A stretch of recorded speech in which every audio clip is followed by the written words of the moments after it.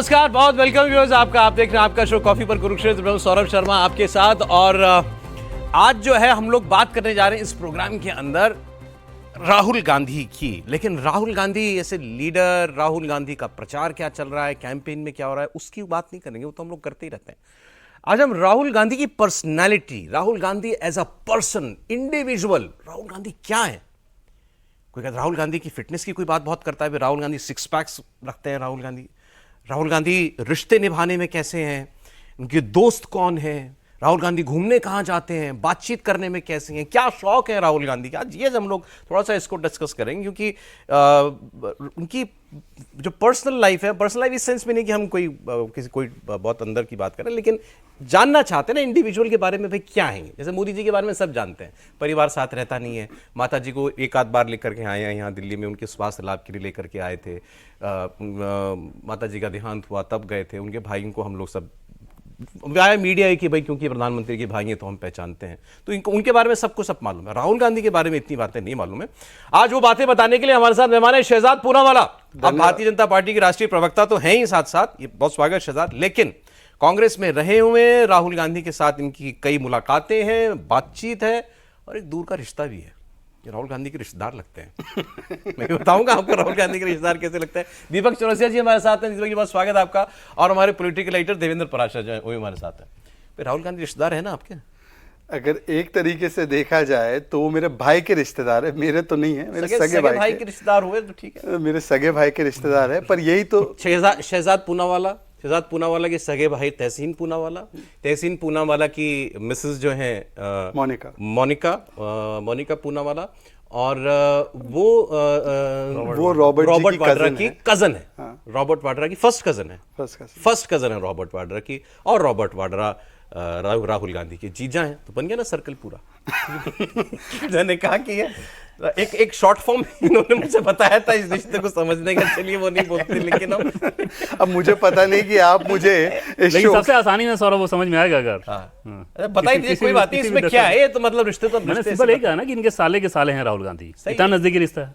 ये सारे रिलेशनशिप तहसीन के साथ है, मेरे साथ नहीं है। तो मैं डिस्क्लेमर लगा दूं आपको, पार्टी आपने कांग्रेस पार्टी भले ही छोड़ दी हो, भाई को तो नहीं छोड़ा ना आपने। नहीं, ऐसा है कि मुझे लगता है कि मेरे लिए जो है देश परिवार है और कुछ लोग परिवार में देश ये होगा। अब वो नेता है, ये नेता है। अब अच्छा, एक बात ये भी स्पेसिफाई कर लो, एक बार ये स्पेसिफाई कर लो कि मैंने कांग्रेस तब छोड़ी जब कूल नहीं था कांग्रेस छोड़ना, और उतने वर्ष पहले जब छोड़ी तब कई लोगों ने मुझे गद्दार। कौन से साल में छोड़ दिया? मैंने 17 में, जब गुजरात के चुनाव थे, 7 साल तब उनको ताजपोशी करने की पूरी प्रक्रिया शुरू हुई। राहुल गांधी को, राहुल गांधी वाइस प्रेसिडेंट थे तब, कांग्रेस वाइस प्रेसिडेंट थे। हाँ, 19 में नहीं, 17 में गुजरात चुनाव जब शुरू थे तब उनका ये प्रोसेस शुरू हुआ था। अच्छा। कि ये अगले अध्यक्ष बनेंगे। तो मैंने उस समय पर ये कहा था कि एक प्रक्रिया होनी चाहिए, ताजपोशी नहीं होनी चाहिए, चुनाव होना चाहिए। और उस समय पर वो सारी बातें निकली थी, गुजरात के चुनाव थे। उसके बाद मैंने निरंतर 4 या 5 वर्ष बीजेपी ज्वाइन नहीं किए। तो मैं नवंबर 2021 में मैंने बीजेपी मोर्चा खोला हुआ था राहुल गांधी के खिलाफ। नहीं, मैंने राहुल गांधी पर नहीं, मैंने सिद्धांत पे मोर्चा खोला हुआ था। उस समय पर जो लोग, अच्छा ये बात क्योंकि सच बोलना है, सच के सिवा कुछ नहीं बोलना है शो में, तो कई ऐसे मित्र हैं मेरे जो मुझे गद्दार, परिवार का, पार्टी का गद्दार बोलते थे।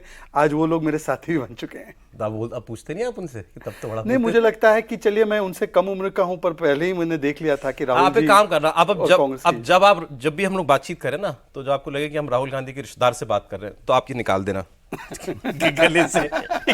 जब आपको लगे अब मैं नेता की तरह बात करनी है, मुझे पार्टी के प्रवक्ता, तो आप इसको पहन लेना। कह रहे नहीं, कह रही बात नहीं, मेरा तो एक ही मोड ऑन रहता है और वो है भारतीय जनता पार्टी के प्रवक्ता। आज थोड़ा सा आपको न्यूट्रल होकर बात, ठीक है, क्योंकि हम राहुल गांधी को डिस्कस करना चाहते हैं एज अ पर्सन, क्योंकि आप उनको जानते हैं, इसीलिए मैं कह रहा हूं। तो उस वक्त थोड़ी पार्टी आइडियोलॉजी से अलग आप बिल्कुल एकदम ऑब्जेक्टिव, बिल्कुल ऑब्जेक्टिव। वैसे मैं तुला राशि का तो ऑब्जेक्टिव ही बात। आपकी कैसी मुलाकातें हैं राहुल गांधी से? अभी तो नहीं है। नहीं, उस वक्त जब तक थे पार्टी, मुझे लगता है उस समय पर भी राहुल गांधी कोई ज्यादा एक्सेसिबल नहीं थे। अच्छा। बहुत कम एक्सेसिबल थे, और जो थोड़ा बहुत हमें एक्सेस मिला या मिलने का मौका मिला, वो ऐसे मौके मिले जहां पर मान लीजिए कि कई सारे लोग थे, तो उस समय उनसे इंटरेक्शन करने का मौका, या यूथ कांग्रेस में, क्योंकि मैं एनएसयूआई यूथ कांग्रेस में एक्टिव था, तब वो एनएसयूआई यूथ कांग्रेस का काम देखते थे, तो इस लिहाज से वो कुछ लोगों से मिलते थे, तब उनको मिलने का मौका मिला।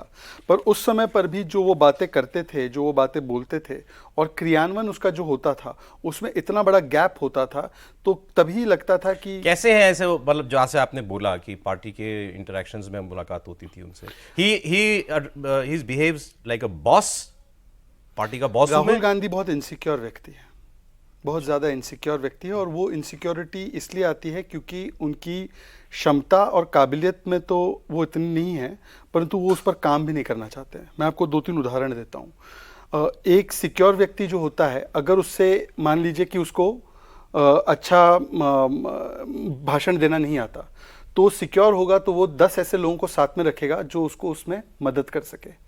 पर राहुल गांधी जी का आप पिछले 10 वर्षों से आप देख लीजिए, 2004 से वैसे वो पब्लिक लाइफ में, इलेक्टोरल पॉलिटिक्स में, क्या उनके भाषण की कला बेहतर हुई है?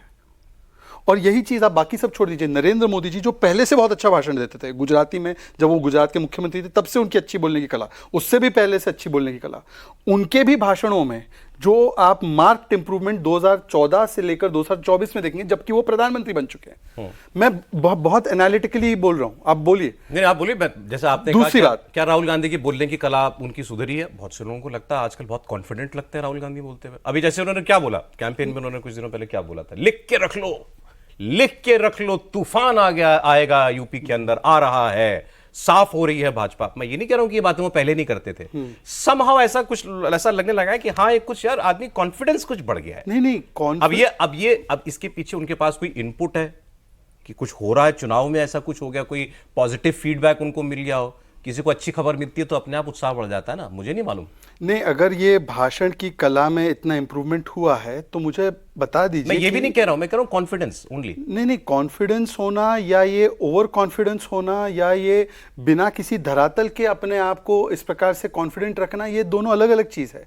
Confidence with substance and confidence without any substance, ये दो अलग चीज है। मैन विदाउट सब्सटेंस, मैं उसी पे आ रहा था। दूसरी बात, उनकी किसी भी विषय पर पकड़, उनकी डेप्थ ऑफ अंडरस्टैंडिंग, नॉलेज बड़ी सुपरफिशियल है, और वो प्रस्तुत ये जरूर करते हैं कि बहुत पढ़ते हैं, ऐसे उनके पास में किताब होगी और फोटो में किताब दिखेगी आपको, ये प्रस्तुत वो जरूर करते हैं, पर वो इतने वेल रेड नहीं है। अगेन अपना वचन याद रखिएगा, मैं अपना पूरा वचन न्यूट्रल होकर मैं आपको न्यूट्रली बोल रहा हूं। बीच में सिर्फ मैं टोक दूं इतना कि बीजेपी के प्रवक्ता के तौर पे नहीं, साले के तौर पे बताइए। बीजेपी के प्रवक्ता के तौर पे बता रहे हैं। देखिए, मैं तो अगर आपको एक रिश्तेदार के रूप में बताना चाहूंगा ना, तो फिर तो और भी कठोर होकर बताऊंगा, वही जानना, वही क्योंकि ये तो कम से कम एक राजनीति में एक रवादारी होती है, मैं वो निभा रहा हूं। अब मैं आपको बताना चाहता हूं कि भाई 5 साल के बच्चों को एमआरपी का मतलब पता होता है ना, कि मैक्सिमम रिटेल प्राइस होता है। ये व्यक्ति, उनको लगता है कि मिनिमम रिटेल प्राइस होता है जी। अब बताइए कि ये देखिए, मैं कह रहा हूं स्पीच में किसी से 1-2 गलती हो सकती है। ऐश्वर्या राय जी थी क्या प्राण प्रतिष्ठा में? वो 5 बार बोल गए कि ऐश्वर्या राय प्राण प्रतिष्ठा में थी। अब मान लीजिए कि उनका मीडिया पर बोलने का तरीका है कि मीडिया हमको दिखाता नहीं है, मीडिया मुद्दे की बात एक चीज नहीं उनके लिए बहुत खास काम करती है कि उनकी एक मां नहीं है, मीडिया में कई माएं हैं उनकी। मतलब उनकी कितनी भी गलती हो जाए ना, एक मैगजीन के कवर पे वो 50-60 बार छप गए हैं कि अब तो राहुल का लॉन्च होना ही है। ऐसे करते करते 20 लॉन्च हो चुके हैं। अब नासा शोध कर रहा है कि एक फेल्ड रॉकेट को कैसे बार बार उड़ाया जाए। मुझे एक बात बताइए, आप जब कांग्रेस में थे, डोंट टेक इट अदरवाइज। और तीसरी बात मैं उनका, अच्छा ठीक, आप एक सेकंड बस होल्ड दैट थॉट। जब आप कांग्रेस में थे, सबको वहीं जाकर नमस्ते करनी पड़ती थी ना, करते थे ना, आप भी करते थे। मैं इसलिए कह रहा हूं कि अब बॉस तो बॉस होता है ना। मतलब नमस्ते करने के लिए उनको, वैसे नमस्ते नहीं करता था मैं, इसीलिए तो उनको मुझसे समस्या थी। मैंने तो उनको लिखित में दिया था कि कांग्रेस पार्टी को यदि 100 सीट पानी है 2014 के चुनाव में, ये मैंने लिखित में दिया था, तो राहुल और रॉबर्ट दोनों को अलग कीजिए पार्टी से। ये मैंने लिख के दिया था। आपको क्यों लगता है कि उस समय पर मेरा प्रवक्ता बनना तय था? मेरे प्रवक्ता बनने के लिए काट दिया गया था नाम, और केवल प्रवक्ता बनने के लिए नहीं। आज ये टॉलरेंस के जो पाठ पढ़ाते हैं ना सौरभ जी, आपको पता होना चाहिए, आपको तो शायद नहीं इतना अनुभव होगा, बाकी दीपक भाई को शायद पता होगा और रोहित सरदाना जैसे पत्रकारों को पता है। मैं जब एज ए पैनलिस्ट या एनालिस्ट एक डिबेट में होता है ना, जैसे एक बीजेपी होती है, एक कांग्रेस होती है, एक बीजेपी के साइड से बोलता है एक एनालिस्ट और एक कांग्रेस के साइड से, जब मैं उस रूप में भी जाता था कांग्रेस के एनालिस्ट के रूप में, कोई कांग्रेस से लेना देना नहीं, ये चैनलों को फोन कर करके बोलते थे इनको बुलाओ मत डिबेट में। कौन बोलता था? रणदीप सुरजेवाला के लोग, अजय माकन के लोग। आपसे क्या प्रॉब्लम थी? बहुत बड़ी प्रॉब्लम। तो रॉबर्ट वाड्रा के रिश्तेदार हो? उससे वो प्रॉब्लम वो नहीं थी, प्रॉब्लम ये थी कि मेरे में टैलेंट है, प्रॉब्लम ये थी कि मुझ में मेरिट है, और मेरिट और टैलेंट कांग्रेस में होना ये गुनाह है। परिवार के चाटुकार होना ठीक आपने है। बोला अगर 100 सीट कांग्रेस को लानी है 19 के चुनाव से पहले, तो आपने कहा कि राहुल गांधी को पद छोड़ना चाहिए। आपने रॉबर्ट का नाम क्यों लिया? रॉबर्ट वाड्रा? क्योंकि उस समय पर रॉबर्ट पे अरविंद केजरीवाल और बाकी टीम ही आरोप लगाती थी। फिर और तब भी रॉबर्ट वाड्रा कहते थे कि मुझे चुनाव लड़ना है भाई। तो आपको दिक्कत नहीं हुई घर में? आपने कहा रॉबर्ट को तो दिक्कत इस प्रकार की हुई कि भाई मुझे तो पूरी तरह से पार्टी में साइडलाइन कर दिया गया। और उसके बाद जब मैंने ये निर्णय लिया कि भाई, मैंने एक लास्ट लेटर लिखा 2017 में, जो इन्हीं के लोगों ने उसको प्रकाशित कर दिया और फिर पूरी बातें मीडिया में आ गई। तो उस समय पर तो मेरे भ्राताश्री पर कैसा दबाव डाला, तो उन्होंने तो रिश्ते तोड़ दिए मुझसे सार्वजनिक रूप से। तो उनपे कितना दबाव आया होगा वो आप पार्टी का कल्पना दबाव कीजिए। था। और किसका दबाव होगा, वरना वो मुझसे क्यों रिश्ता तोड़ते उस समय पे। और तीसरी बात मैं बताना चाहता हूं, जस्ट डिफरेंस। नरेंद्र मोदी जी के आसपास की टीम देखिए, Ajit Doval national security, Jaishankar ji foreign affairs, Ashwini Vaishnaw communication railway, Nirmala Sitharaman finance, Rajeev Chandrasekhar MoS for skill development etcetera. ये टीम है उनकी। नड्डा जी, अमित शाह जी पार्टी में भी और गृह मंत्री में भी। और राहुल जी के इर्द गिर्द टीम देखिए, और 10 साल से उनकी टीम ऑब्जर्व कीजिए। अब जो अश्विनी वैष्णव ऐसे व्यक्ति हैं जो स्टैंड अलोन किसी भी कंपनी में सीईओ लेवल पे आ सकते हैं। निर्मला सीतारमन में इतनी कैपेबिलिटी है, स्टैंड अलोन वो किसी भी कंपनी को हेड कर सकती है। राहुल गांधी की टीम में जो लोग हैं, कौन है? उनको जो भी है, मतलब वो पहले तो, अभी मैं इतना ट्रैक नहीं करता, पर उस समय पर कनिष्क बता थे, दीजिए, वही है अभी भी। कनिष्क पहले थे, अभी है कि नहीं मुझे नहीं पता है। एक बाइजू है जो सिक्योरिटी गार्ड रहते थे पहले, अभी वो है शायद। वो तो सिक्योरिटी, बाइजू तो नहीं, वो security बहुत देखते हैं ना। डिसीजन मेकर है, वो डिसीजन मेकर है बाइजू जी है जो सिक्योरिटी गार्ड है। कनिष्क सिक्योरिटी गार्ड भी बोल रहे हैं और आप बोल रहे हो पॉलिटिकल डिसीजंस भी लेते वो हैं। एसपी राहुल- में थे, राहुल के बहुत नजदीक हो I know, गए। I know। तो सॉरी, हाँ, बाइजू। तो बहुत नजदीक हो गए, तो अब वो राहुल के ऑफिस के साथ खासम आता खास है। हैं अब उनके। बिल्कुल खास उनकी इनर सर्कल में है। और वो एक नाम मैं भूल रहा हूँ, कौशल विद्यार्थी, कनिष्क सिंह, अलंकार। ये लोग अभी भी हैं? अलंकार। ये लोग अभी भी हैं? जी। और फिर उसके बाद प्रियंका जी की टीम में भी अभी वो ऐसे अति वामपंथी आ चुके हैं। नहीं, तो संदीप अभी सिंह जितने जैसे। नाम आपने बताए राहुल गांधी के आसपास जो लोग रहते हैं, इनमें डेप्थ नहीं है कोई? ना, ये वो लोग हैं। 2012 का मैं आपको उदाहरण बताता हूँ। 2012 में यूपी के चुनाव में मैं लगा था। वहां पे वो ये देख रहे थे कि भाई इस जगह पे इतनी कास्ट है तो ये टिकट दे देना चाहिए। अब वो कैंडिडेट आपके पास है नहीं है तो बाहर से मंगवाओ, उसको टिकट दे दो। ये लैपटॉप पे जो है चुनाव लड़ने की जो रणनीतियां बनाते हैं। आपको लगता है कि इनके पास अमित शाह जी जैसा अनुभव है? जो अमित शाह जी को, या अगर आप कोई भी हमारे भारतीय जनता पार्टी का कोई प्रभारी बनता है तो वो आपको एक एक जगह के एक एक बूथ की 20 साल से तो राहुल गांधी हो गए अब सांसद। मैं वही कह रहा हूं कि राहुल गांधी तो अल्टीमेटली मैं लीडर पर डालता हूं। एक है नरेंद्र मोदी जी, जिसको यह आप कहते हैं कि ये इनसिक्योर है, ये डरा हुआ है, पर वो अपने इर्द गिर्द मास्टर लोगों को रख सकते हैं क्योंकि वो सिक्योर है उनके टैलेंट से। उनको लगता है कि यार अश्विनी वैष्णव वो मेरे से, मुझे कोई कंपटीशन नहीं है उनसे। पर दूसरे है राहुल गांधी जो अपने इर्द गिर्द केवल ऐसे लोगों को जमा करके रखते हैं जो टैलेंटेड नहीं है, और वो लोग उनको बोलते हैं आप ग्रेट हो, तुसी ग्रेट हो, और वो भी स्वीकारते हैं। अंधों में काना ना जाए, ऐसी कहावत है ना, मतलब वही, मतलब वैसे ही रखना अपने आसपास लोगों को। खैर, अब देखिए, वो कहने के लिए मुझे पटका उतारना पड़ेगा। नहीं, आप उतारो, मैं तो चाह रहा हूँ। नहीं, बट आप अग्री करते हैं राहुल गांधी की टीम में दम नहीं है? ये टीम तो तब पता चलेगा जब आप सरकार में आए। जिस तरह का वो काम देख रहे हैं, जैसे इस टीम में बहुत सारे काम होता है कि लोगों से मिला देना, ये करना, वो करना, इस तरह की चीज़ें अलग है।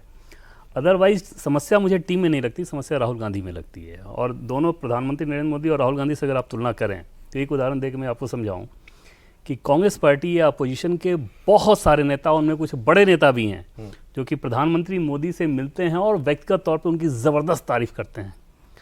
ओके। और एक तो इतना बड़ा नाम है कि नाम बता दिया जाए तो हंगामा मच जाए। उन्होंने ये कहा था कि नहीं, हमको भी बताइए भाई, उनके कान में मत इस बताइए। व्यक्ति ये में कैसा रूल है जो मुझ पे अप्लाई होता है, इन पे नहीं अप्लाई इस होता? व्यक्ति में खासियत तो है। अभी कुछ तो मेरी बात सुन लीजिए सर। रखना पड़ता ना, अगले दिन से खबर हम देना बंद कर देंगे हमको। कि इस व्यक्ति में कमाल का आदमी है, इस व्यक्ति में खासियत तो है। ये ऑपोजिशन के बड़े बड़े लोग, अपोजिशन का बहुत बड़ा नाम, जिसको आप जैसे ही नाम बताएंगे वो हिंट दे दीजिए ना। और उनके लिए खतरनाक हो जाएगा, इसलिए ऐसे मैं सिर्फ उतना होल्ड कर रहा हूँ। ओके, ठीक है। और वो वहाँ से पीएम से जस्ट मिल के आए थे, उस समय की ये बात है। और ऐसे दो अलग अलग नेताओं को मैं जानता हूँ कि बस पीएम से मिल के निकल के आने के बाद ये भाव था। कांग्रेस पार्टी का या अपोजिशन का कोई भी नेता हमको आज तक, कम से कम हमको ऐसा नहीं मिला जो ये कह दे राहुल गांधी से मिलने के बाद कि यार कमाल का आदमी है, समझ इसकी बहुत गजब की है, कम्युनिकेशन कोई नहीं मिला आज तक ऐसा? मुझे अभी तक कोई ऐसा नहीं मिला जो राहुल गांधी से प्रभावित हो। उस ऑरा से प्रभावित हो सकता है कि राहुल जी ये कहना वो कहना, लेकिन उस पर्सनालिटी में फील जो आता है ना कि किसी की आप तारीफ कर रहे हो तो बताएं कि किस फील के साथ कर रहे हैं। हाल फिलहाल में नहीं एक मिला। ऐसी मुलाकात का जिक्र हुआ था, अभिषेक बनर्जी ममता बनर्जी के जो भतीजे भांजे भतीजे। भतीजे वो उन्होंने राहुल गांधी से मिलने का टाइम मांगा। ये तब की बात है जब इंडिया अलायंस में अभी स्टिचिंग हो रही थी सुई धागे से। उनको राहुल गांधी ने सुबह 6 बजे मिलने का टाइम दिया, सुबह 6 बजे। और अभिषेक बनर्जी बाद में उन्होंने कहा कि मैं मतलब मुझे जाना पड़ा सुबह 6 बजे मिलने के लिए। कौन मीटिंग रखता है भाई सुबह 6 बजे, political meeting? But Rahul Gandhi ने रखी। ये out of the box thinking है उनकी, आप क्या मजाक, ये उनकी out of the box thinking है भाई। वो काम करते हैं जो कोई और नहीं करता। नहीं, राहुल- एक काम और बताऊं आपको ऐसा। मैं एक आप बात बोलिए, कहना चाहता हूं। फिर मैं आपको एक ऐसी उदाहरण दूंगा जो कोई नेता नहीं करता जो राहुल गांधी करता है। मैं आपको बताता हूँ, सबसे ज्यादा इंटरेक्शन राहुल गांधी से 2004 से मैंने किए हैं, शायद कोई और हिंदी जर्नलिस्ट नहीं होगा। 2004 में जब उनकी माताजी ने अपना वो पद त्याग किया था, उसके बाद मैंने राहुल का भी इंटरव्यू किया था, प्रियंका का भी किया था। पिछले चुनाव में राहुल का मैंने एट लेंथ इंटरव्यू किया जिसमें काफी आर्ग्यूमेंट हो गए थे। मैं एक बात बहस कहना हुई थी चाहता आपकी राहुल गांधी से? बहस क्या, वो बोलने लगे थे निखिल ये सवाल ही काट देंगे, डर रहे हैं, इनको डर लग रहा है। निखिल अल्वा उनके उस निखिल वक्त अल्वा खास उनके होते वो थे। तो मैंने बोला नहीं ये सवाल नहीं कटेगा, और वो सवाल टेलीकास्ट हुआ।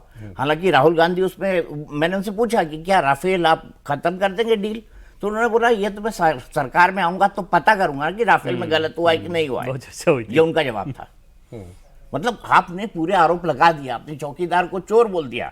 जब आपसे चुनाव के बीच में पूछा जा रहा है कि आप राफेल का डिसीजन वापस ले लेंगे, तो आप कह रहे नहीं मुझे तो इसके बारे में कुछ जानकारी नहीं है, जब मैं सरकार में आऊंगा तो पता अब करूंगा। इन्होंने उसके जो बाद कुछ फैसला राहुल गांधी में बोला के बारे में, डेप्थ नहीं है, सब्जेक्ट्स पर पकड़ नहीं है, आपको लगता मैं छोटी सी एक बात बताऊं, 2012 बनारस में तब राहुल बहुत हिट थे। 2012 का विधानसभा का चुनाव था जिसमें अखिलेश यादव जीत गए थे। उनकी एक प्रेस कॉन्फ्रेंस थी राहुल गांधी की, मैं उसमें गया था, मैं चुनाव कवर कर रहा था। मैं राहुल जी से पूछा कि राहुल जी आप किस नंबर तक पहुंच जाएंगे उत्तर प्रदेश के विधानसभा चुनाव में जिसमें आपको लगे कि कांग्रेस कंफर्टेबल सिचुएशन में आ गई, Congress is back in the game. तो वो बैठे हुए थे ऐसे, उन्होंने कहा मैं सिर्फ इतना जानता हूं कि इस चुनाव के बाद कांग्रेस खड़ी हो जाएगी। वो खड़े हो गए, फिर उसके बाद वो बैठ गए। आप चाहे तो निकाल के देख सकते हैं ये उनकी उसमें होगी। अब मैं आज तक समझ रहा हूं कि कांग्रेस, अब मुझे समझ आ रहा है खड़ी होना या नहीं होना, ये क्या कम्युनिकेशन था और ये स्ट्रैटेजी उसके बाद कांग्रेस लेट गई। किसने समझाई थी? उसके कांग्रेस की जो हालत हुई 2012 में सब जानते हैं। अखिलेश खटिया यादव तो खड़ी हो गई उनकी, वो तो कह सकते हैं। गजब है। तो ये इसी टाइप का है। अब उनको आइडिया दिए, वो अपने दोस्तों को ले जाने लगे अमेठी के अंदर दिखाने की, उन पर बड़े आरोप लगे थे ना, गरीबी दिखाने अब ले जा रहे हैं, टूरिज्म के उन पे आरोप लगे थे। एक शो चल रहा था तो मेरे सब कांग्रेस के नेता बोलते थे देखिए दलित जो है, राहुल गांधी दलित के घर में खाना खाने जा रहे थे। जिन्होंने पूछा था उनसे, एक लीडर से, कि भाई साहब दलित के घर राहुल गांधी तो खाना खाया, उस गरीब आदमी के घर जाके खाना खाया है, राहुल गांधी के घर में दलित कब खाना खाएगा ये तो बता दीजिए। वहां पे अब बुलाने लगे, अब तो करने सोनिया लगे। जी के घर में आने लगे लोग, सोनिया जी के घर में खाना बिल्कुल, बिल्कुल। खिलाते हैं, अब सब तो उसका वीडियो बनाते हैं। 2012 से वीडियो वाली बात। 2024 हो गए, 12 साल लग गए उनको ये सीखने में। मैंने आपसे कहा था एक चीज मैं आपको ऐसी बताऊंगा जो राहुल गांधी में है और किसी में नहीं है। मैंने आज तक किसी बड़े नेता के हाथ में फोन नहीं देखा। कोई बड़ा नेता फोन कैरी नहीं करता हुआ दिखाई देता, राहुल गांधी करते हैं। अभी वो एक वीडियो आया था कि वो रेवंत रेड्डी जो है मंच से भाषण दे रहे थे और वीडियो बना रहे थे, राहुल गांधी वीडियो बना रहे थे। आपने दिखाया था वो। नहीं हाँ, सौरभ जी, दिखाई भी था। मतलब मुझे बड़ी दिलचस्पी होती है इस बात में कि ये बड़े लीडर्स जो हैं ये कैसे ये कॉल उठाते हैं, क्या सीधे इनका नंबर, डायरेक्ट नंबर किसी के पास होता है क्या? इसमें एक मजेदार चीज़ सौरभ मैं आपको बताऊं, जो कि पार्लियामेंट की पुरानी वाली जो बिल्डिंग है, अब तो नई बिल्डिंग में नहीं, तो डिस्टेंस काफ़ी हो गया है। पुरानी बिल्डिंग में जहाँ नेता बैठते हैं, प्रेस गैलरी उसके ठीक ऊपर, और जैसे मतलब इस दूरी पे हम लोग बैठे हुए हैं और नीचे लीडर्स बैठे हुए हैं, और आप आराम से ऐसे नीचे देख सकते हो हाउस के अंदर। कई बार मैंने ऐसा देखा, और आज तक मुझे कई नेताओं से भी पूछा, क्योंकि पार्लियामेंट में तो सभी पार्टी के नेता मिलते हैं, तो वहाँ उनसे ही मैंने पूछा कि आखिर राहुल जी करते क्या हैं। जैसे मोबाइल अगर पॉकेट में है सौरभ, तो हर थोड़ी देर पे ऐसे निकलेगा मोबाइल, और बिना किसी एप्लीकेशन में गए ऐसे कुछ करेंगे, फिर अंदर रखेंगे, फिर ऐसे कुछ करेंगे, अंदर रखेंगे। वो एक विचित्र समस्या रहती है, और वो मिनट टू मिनट भी रहता है। मतलब कई बार ऐसा हुआ कि हम लोग काउंट कर रहे हैं, उसमें 15 बार 20 बार ऐसा होता था। वो बार फोन निकालना, देखना, पॉकेट से निकालना, देखना, और ये भी नहीं समझ में आता था कि या तो किसी एप्लीकेशन में जाओ, मेल पे ही जाओ, कोई व्हाट्सअप देखो, SMS करो, कुछ नहीं। नहीं, वो सकता है वो किसी का uneasiness- phone expect कर रहा है। ना, नहीं, इसके- हाउस में तो नेटवर्क भी नहीं रहता। इसके वो उलट- एक अनइजीनेस में जो कह रहा हूँ कि जैसे उनके साथ काम करने वाले एक Fidgety व्यक्ति का lack ये of कहना focus. था कि हाँ, कि अटेंशन वाली उनकी समस्या है। अटेंशन स्पैन वो उनकी समस्या है, उनसे काम, उनके साथ जो जुड़े हुए हैं, ये उनका दावा था। मुझे नहीं पता कि उसमें ऐसा क्या है। उनके बारे में लोग अक्सर नहीं, नहीं, कहते नहीं, हैं। सौरभ- मुझे नहीं पता सौरभ जी, अब सौरभ- उनके बारे में हाँ, क्या सौरभ कहते हैं। जी, एक सेकेंड। पुलवामा जब हुआ था और फिर हमारे 40 हमारे शहीद जब वापस लौट के आए तिरंगे में, उस समय पर भी वो फोन पे थे। उस समय पर भी वो फोन पे थे। मुझे और याद है, देखिए- मुझे याद है वहां पे पार्लियामेंट की बात है, ये दिल्ली में पार्लियामेंट तो मुझे लगता है कि पार्लियामेंट एक बहुत गंभीर जगह है। चलिए यहाँ पे आप अपना फोन देख लो, आप कॉल एक्सपेक्ट कर रहे हैं, पार्लियामेंट हो या जहाँ पे आप किसी को एक श्रद्धांजलि अर्पित कर रहे हो, ये दोनों ही जगह। दूसरी बात, मैं कतई नहीं कह रहा था कि टीम में गड़बड़ है और वो नहीं है। टीम सिलेक्ट करने वाले व्यक्ति में अगर सिक्योरिटी हो तो वो ना फिजिटी होगा, उसमें डेप्थ अगर नहीं होगी तो वो अपनी टीम को अब उतना update अब 3-4 बातें थोड़ी सी, क्योंकि ये जनरल मैं चाहता हूँ लोगों को जानने के बारे में पता चला। तो मतलब उनकी फिटनेस की बड़ी लोग बात करते हैं, ही इज वेरी फिट। जो समंदर में कूद गए थे एक दिन, तो मैंने देखा फिटनेस में तो फिटनेस है गजब की राहुल गांधी की। नहीं, फिटनेस उनकी गजब की है, बिल्कुल अच्छी बात है।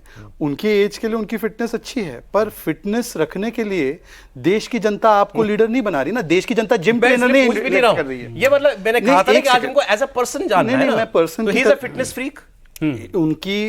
उनकी जो फिजिकल फिटनेस है उसमें नो डाउट कि अगर आप किसी नेता को मिलने के बदले आप जिम ट्रेनिंग करोगे, फिर वो नेता बैठा रहेगा आपके पास घंटों तक, फिर आप जिम ट्रेनिंग के बाद आओगे 1-2 घंटा लेट उस मीटिंग में, तो आपकी फिटनेस गजब की ऐसा रहेगी। होता है, ऐसा- हाँ, ऐसा होता ऐसा था। हुआ है।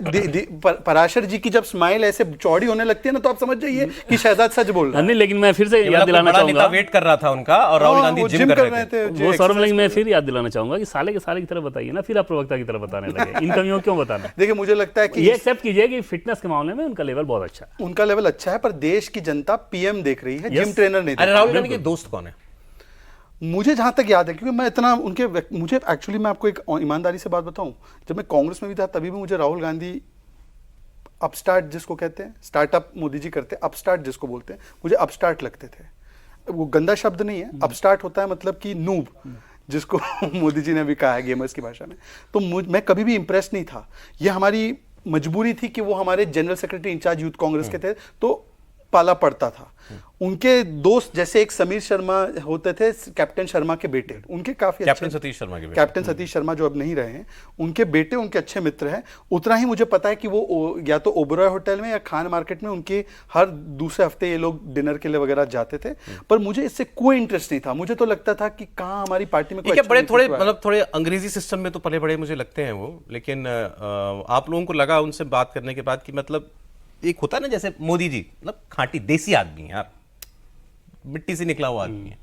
एक ऐसा सेकंड, ऐसा इनको देख, इनको मिलके या इनको सुन के क्या फील आती है राहुल गांधी को? डिसकनेक्टेड एक शब्द है, और सामंती। मोदी जी की एक बात मैं आपको बताऊं, मोदी जी जो है, अगर किसी चीज में उनको, वो एक तो उनका डेप्थ ऑफ नॉलेज भी बहुत डीप है, और उनकी जो, जैसे आपको लगेगा कि गेमर्स की भाषा वो कैसे बोल रहे हैं, मोदी जी स्टडी करते हैं, Modi ji time to time update लेते हैं, और वो अपडेटेड रहते हैं कि भाई अगर गेमर्स आ रहे हैं तो grind, OP, noob.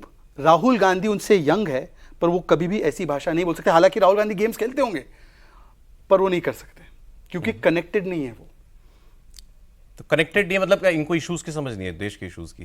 Rahul Gandhi को बिल्कुल कतई नहीं, उनको देश के इश्यूज की समझ नहीं है। और वो दूसरी बात जो ये कहते हैं ना कि बहुत इमोशनली कनेक्टेड है, इमोशनल कोशेंट इनका अच्छा है। वो एक अच्छे इंसान है, उसके भी मुझे लक्षण दिखाई नहीं देते, क्योंकि एक अच्छा इंसान जो होता है ना, वो हमेशा एम्पैथी दिखाता है किसी के प्रति। वो इस प्रकार की तू तड़ाक वाली भाषा, जिस प्रकार से वो बोलते हैं, ये दिखाता है कि वो एक फ्रस्ट्रेटेड, और जिसको कहते हैं कि बहुत ही, मतलब क्या बोल सकते हैं, अभी हार हार के उनके मन में जो एक एंगर है वो अब प्रकट होने लगा। क्या एरोगेंट है राहुल गांधी? मतलब एरोगेंट क्या, कैसे समझाया मतलब? वो अहंकारी है, अहंकारी है, और सामंती भी है। सामंती इसलिए कह रहा हूं कि यदि फिर अगेन ऑब्जेक्टिवली बताना आपको, न्यूट्रल थोड़ा होकर के। मैं ऑब्जेक्टिवली ही बता रहा हूं। अगर आप राहुल गांधी के पिता के दोस्त के बेटे हैं तो आपको उनके क्लब में एंट्री है, और दूसरे ऐसे लोग जिनको एंट्री है जहां पर राहुल गांधी को यह पोर्ट्रे करना है कि हालांकि मैं तो प्रधानमंत्री के परिवार से हूं, पर देखिए ऐसा व्यक्ति भी मेरे साथ उठ बैठ सकता है। वो एक दिखावा है, वो असलियत नहीं है।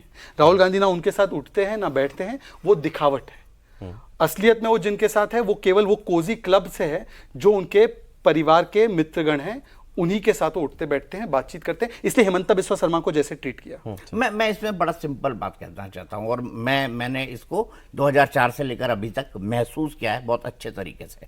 वो ये कि उनमें एक पेडिग्री होती है ना, कि आप बड़े घर से आते हैं, बड़े खानदान से आते हैं, आपके खानदान ने इस देश को सालों तक चलाया है, तो ये दिमाग में उनमें बहुत हाई है कि आई एम राहुल गांधी। ये गांधी अंडरलाइन, गांधी मैं अंडरलाइन, मैं गांधी हूँ। और वो जो सेंस ऑफ बिलोंगिंग है, वो सेंस ऑफ एंटाइटलमेंट है, मेरे ख्याल से वो उनमें बहुत दोनों में ज्यादा फर्क है। है सर, सेंस ऑफ बिलोंगिंग और सेंस ऑफ एंटाइटलमेंट में बहुत फर्क है। अब मैं इसको फिर से दोनों शब्द वापस लेता हूँ। उनमें इस बात का, मैं विशुद्ध हिंदी में बोलता हूँ, उनमें इस बात का बहुत दम्भ है कि वो राहुल गांधी हैं। दमंड है, दम्भ बोल रहा हूँ कि वो राहुल गांधी है। और वो जब नहीं, अब वो किसी अब ये और से दम, बात अब ये करेंगे, दम सर दो तरीके से आ सकता है। एक कि मेरे परिवार ने बहुत कुर्बानी दी, मेरी दादी कुर्बान हुई, मेरे पिता कुर्बान हुए, एक दम उसका होता है प्राइड, गौरव है।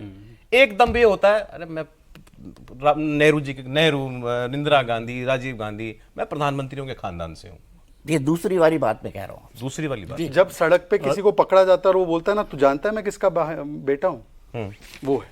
और ये वो वजह है सौरभ, जैसे कि इन्होंने भी ये कहा कि जब कांग्रेस पार्टी में थे तो ये प्रभावित नहीं थे। ये हकीकत है कि आप वो रिस्पेक्ट कमांड कर ही नहीं पाते राहुल गांधी अपने लोगों में। जैसे ऐसा नहीं है कि पीएम मोदी या गृहमंत्री अमित शाह की बात कर रहे हैं तो उनके फैसलों को लेकर अनइजीनेस वाली बात बीजेपी में ना हो, बीजेपी में ऐसे लोग नहीं हो, ऐसा बिल्कुल नहीं है। कई सारे सांसद हैं, लेकिन अगर उनसे जैसे इनकी क्वालिटी के बारे में बात कीजिए पीएम मोदी या गृहमंत्री अमित शाह के, तो एकदम से उनके अंदर अलग फीलिंग आता है। बीजेपी के नेताओं में भी वो रिस्पेक्ट कमांड करना बहुत जरूरी होता है। कांग्रेस के मौजूदा नेता, क्योंकि आई नो सब लोग प्राइवेटली बात करते होंगे जर्नलिस्ट से, बिल्कुल बिल्कुल खुल के बात करते हैं लोग। ये क्या कहते हैं राहुल गांधी? ज्यादातर लोग खराब कमेंट करेंगे, अरे छोड़ो, नाश करके रख दिया ये वो, और उसी समय वो लोग प्रियंका गांधी के बारे में अच्छा बोल देंगे, राहुल गांधी से अब तुलना होगी तो राहुल गांधी को लेके कोई होप कितना जरूरी इस लिहाज से होता है। जैसे आपको याद होगा कि यूपी में जब सपा बसपा एक साथ आई थी तो यूपी के बीजेपी सांसदों ने भी ये मान लिया था कि हम लोग तो गए इस चुनाव में। उसके बाद गृहमंत्री अमित शाह ने जब उनकी बैठक की यूपी के सांसदों की, बीजेपी सांसदों की, उस बैठक का खत्म होने के बाद गृहमंत्री अमित शाह ने वो अथॉरिटी दिया कि मैं सीटें जिता के लाऊंगा। और वो जो सांसद निकले तो वो लोग जो कि कह रहे थे कि अब तुम्हारी लुटिया डूब गई, या वो उदाहरण देते थे कि मिले मुलायम काशीराम हवा में उड़ गए, जय श्री राम एक बार पहले हुआ था, फिर वही होने जा रहा है। उन लोगों के अंदर एकदम से कॉन्फिडेंस आया। तो लीडर अगर उस रूप का हो कि जो कि एनर्जी ट्रांसफर करे तो फर्क पड़ता है। जैसे पीएम मोदी 3 साल की बच्ची से मिले, एक उदाहरण देकर मैं आपको बताता हूँ कि एक साथ मिले, सामने एक बैठे हुए पॉलिटिशियन और एक 3 साल की बच्ची। 3 साल की बच्ची से उन्होंने पूछा कि क्या पसंद है तुमको? समोसा। बच्ची ने बोला अच्छा वही समोसा जिसमें, अच्छा वो बिहार से बच्ची थी, वही समोसा जिसके बारे में लालू जी कहते थे कि जब तक रहेगा समोसे में आलू तब तक रहेगा बिहार में लालू। हाँ जी, आरजेडी का क्या चल रहा है? तुरंत पॉलिटिशियन के साथ। तो ये जो शार्पनेस है कि जिसके साथ जिस तरह का कम्युनिकेशन कर रहे हैं उसी हिसाब से कम्युनिकेशन कर रहे हैं, और 20 लोगों के बीच में बैठा दीजिए। जैसे गेमिंग के बारे में ये जो पूछ रहा हूं मैं, क्योंकि 2-3 मिनट रह गए। राहुल गांधी के अपने नेता पार्टी के रिस्पेक्टफुली नहीं सोचते उनके बारे में? एकदम नहीं है, और मुझे अभी तक कम से कम ऐसा कोई नहीं मिला जो उनके क्वालिटी से उनको एकदम से रेस्पेक्ट करे, और वो एक बड़ी समस्या है कि आप कमांड नहीं करते। मैं एक वन लाइनर बोलना चाहता हूं, और ये सभी के लिए है, मैं सिर्फ राहुल जी के लिए नहीं बोल रहा हूं। Leadership is commanded not demanded.